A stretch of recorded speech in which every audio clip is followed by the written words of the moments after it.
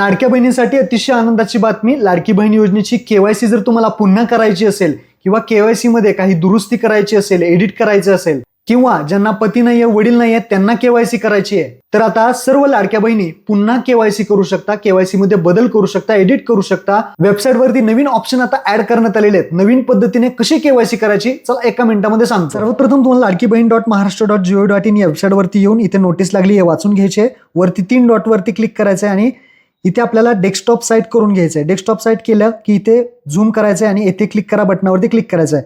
KYC साठी page open होईल. लाडक्या बहिणींचा आधार नंबर म्हणजेच लाभार्थी आधार क्रमांक इथे टाकायचा आहे, कॅप्चा टाकायचा आहे. मी सहमत आहे वरती क्लिक करून ओटीपी पाठवावरती क्लिक करायचं आहे. ओटीपी पाठवला की इथे पाहू शकता आधार कार्डला जो नंबर लिंक असेल त्यावर ओटीपी येईल. तो ओटीपी इथे टाकायचा आहे आणि सबमिट करायचा आहे. सबमिट केल्यानंतर आता पहा नवीन ऑप्शन आलेले आहेत.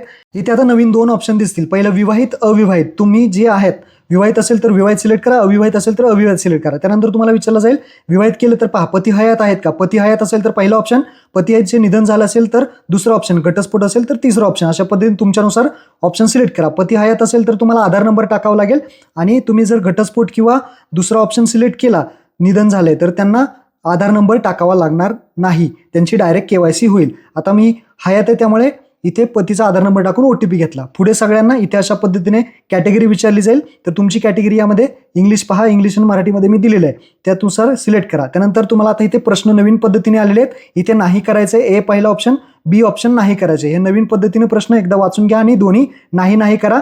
उपरोक्त इथे टिक करायचे आणि केवायसी इथे सबमिट करायचे. तुमची केवायसी इथे कंप्लीट अशा पद्धतीने होणार आहे. तुम्ही ही केवायसी पडताळणी सूत्र पूर्ण झाली. तर अशा प्रकारे तुम्ही नवीन पद्धतीने केवायसी करू शकता. फक्त एक गोष्ट लक्षात ठेवा, ज्यांना पती नाही, ज्यांना वडील नाही, अशा लाडक्या बहिणींनी जे काही कागदपत्रे असतील ते आपल्या शेजारच्या अंगणवाडी सेविकेकडे जमा करायचे आहेत. महत्त्वपूर्ण हा व्हिडिओ होता. सर्वांना शेअर करा.